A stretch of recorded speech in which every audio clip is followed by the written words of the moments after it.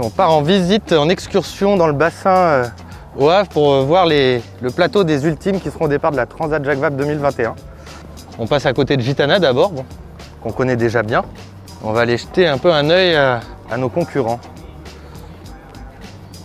Le premier concurrent qui est amarré derrière nous, c'est le trimaran Actual. C'est le plus ancien bateau de la flotte des 5 Ultimes. C'est l'ancien massif de François Gabard. Ils ont une configuration aujourd'hui comme tous les Ultimes, c'est-à-dire 2 foils, 3 safrans avec des plans porteurs et une dérive avec un plan de porteur central. Derrière Actual, on a SVR Lazartigue Silmed. Le dernier né des Ultimes, il a été mis à l'eau en début d'été 2021. Aujourd'hui, c'est quand même le bateau qui est allé le plus loin, on va dire, dans l'aérodynamisme. Ils ont été jusqu'à, sur celui-là, enlever la casquette pour vraiment gagner en traînée aérodynamique. On a vu apparaître sur pas mal de bateaux dernière génération ce grand fairing de bras arrière et l'arrière de la coque centrale en Auratex. C'est la matière en toile qu'on utilise sur les ULM, qu'on a utilisé sur Gitana depuis 2017.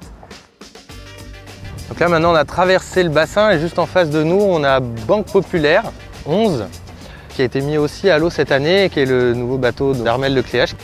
C'est vraiment un upgrade de leur ancien bateau avec un peu de travail quand même sur les carènes, notamment la coque centrale, mais surtout voilà, des appendices au goût du jour. Eux ont toujours une casquette, mais une casquette qui part de l'avant qui est très droite, avec un cockpit fermé, un peu comme on peut le trouver sur Gitana. Et des systèmes de safran relevables aussi, avec des casques, qui sont d'ailleurs assez similaires aux 2 bateaux qu'on a vus en face.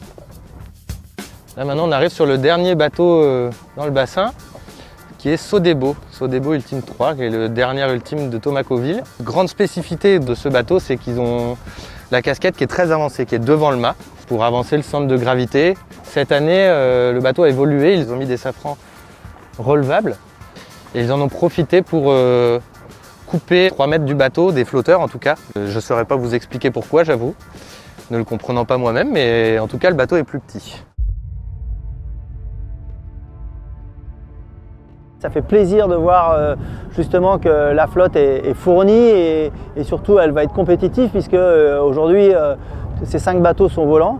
La concurrence s'est inspirée beaucoup de ce qu'on avait fait et aujourd'hui on a hâte d'être au 7 novembre pour pouvoir justement prendre ce départ de cette transat et voir un petit peu ce qu'ils ont dans le ventre et voir si on est toujours on va dire au niveau et en haut de l'affiche.